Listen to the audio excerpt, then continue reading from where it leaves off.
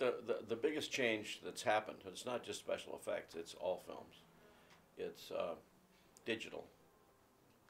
It's not celluloid anymore. It's not film anymore. You can still make a movie in film if you want to. But in the US, there's only one film laboratory left. Sprocketed celluloid film is manufactured by Eastman Kodak. And Kodak went bankrupt a few years ago. And I don't see a future in celluloid film. I think it's going to be all digital. And all the new cameras are digital. All the editing systems and post-production is digital. All the sound mixing is digital. And now we've entered this age where all the distribution and projection is digital. So it's actually becoming a new medium. And I think that this is the important thing to understand, is that the history of cinema has been shutters in cameras and shutters in projectors and flickering. And that's why movies are called the flicks. That's why Netflix still carries that same name of based on the flickering that started in the early days of cinema. And in digital, there's no flickering. You may not be a big issue because you don't notice it. It's not conscious. But if you see a movie and a television, you can tell the difference instantly. We all know the difference. This is a very, very important factor to understand. So I think the biggest transformation has been this digital revolution. It's tremendously reduced costs. You can make a movie with a very inexpensive camera, a very good high-quality movie. You can edit it on your computer or your laptop.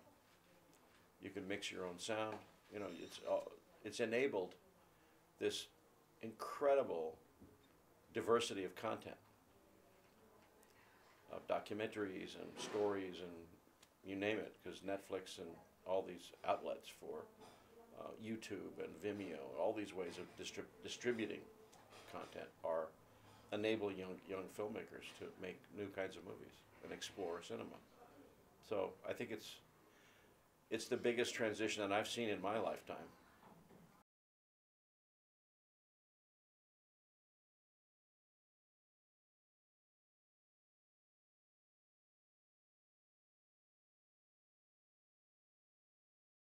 Well, I didn't know how important visual effects would be. I find it to be one of the most interesting aspects of movies, because when a studio or a director decide to make a movie that requires it, they're making a movie about something that doesn't exist. And that I find really interesting, is solving these problems of making something that never existed before. And so I find that the most challenging and difficult aspect of making movies. And when I work on a feature film with a director, whether it's the people that you know of, I've worked with before, they don't know how to do what I do. They hire me because they don't know how to do it. And it's my problem, my challenge, to solve the problem for them. And it has turned out over time that it's possible to actually add something to the director's vision that's more than what the director thought of. And I think that brings the movie to a higher level of spectacle. I don't know how to describe it any better, but if you consider some of these movies, whether it's Close Encounters or Blade Runner or 2001 or whatever, without the visual effects component of them, sometimes they wouldn't work very well as a story, because they need the visual effects in order to succeed. And so my job is to try to bring it to a higher level and to create something that brings the movie to a more spectacular, what I call immersive experience. And I work with the directors. They know I'm a director, so they give me a whole sequence I direct the whole sequence in their movie. From my point of view, which is usually a very visual, musical moment in a movie. And I find that very pleasurable to be able to elevate the impact of a movie.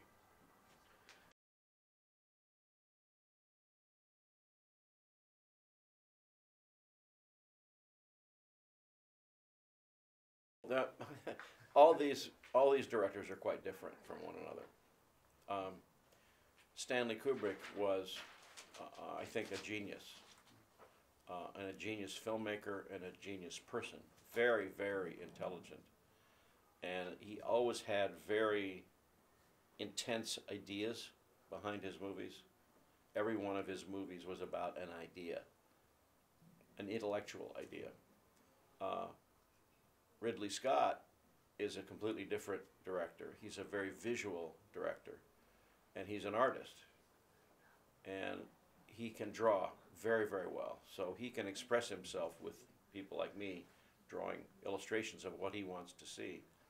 And so he can express himself much more clearly in a way that Stanley Kubrick could not. Stanley Kubrick couldn't make a decision unless he saw something tested on the screen. And then we'd go from there. Steven Spielberg is a very audacious filmmaker, you know, willing to make a movie about something that would be seemingly impossible, like a shark, and take very great risks, and then always trying to bring something new and different to each film he makes. And I had a great experience with him on Close Encounters because I really liked the subject matter, because I really believe that some of those stories may be true. It's a whole story I'm going to show in my the documentary film about me. I tell this story about how I learned that Stephen was reading the books of a man who was a friend of mine about UFO encounters that may be real stories. So it completely switched my belief about the movie, because the movie now to me is a documentary. So they're all different.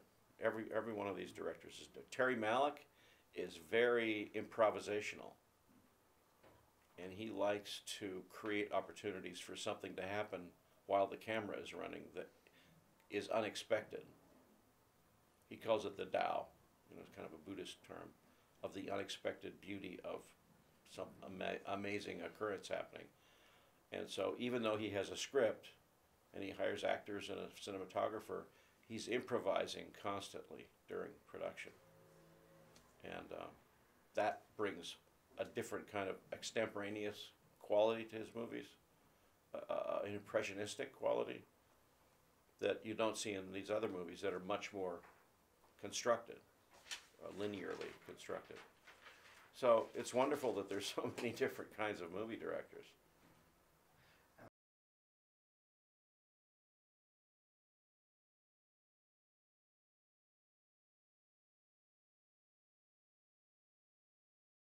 Because I think that there's a terrific future, particularly for young filmmakers, because you can make a really good film quite inexpensively now with digital technologies. It makes all kinds of things possible that in the old days of optical printers and film, it was very expensive to do visual effects. Now it's very, very easy and inexpensive. And we have all these programs of After Effects and, you know, computer graphics. Or game engine technologies now. This Unreal technology that's being used for gaming is now being used for film production. And you can create anything you can imagine really quickly and inexpensively. So young filmmakers are really lucky to have all these tools.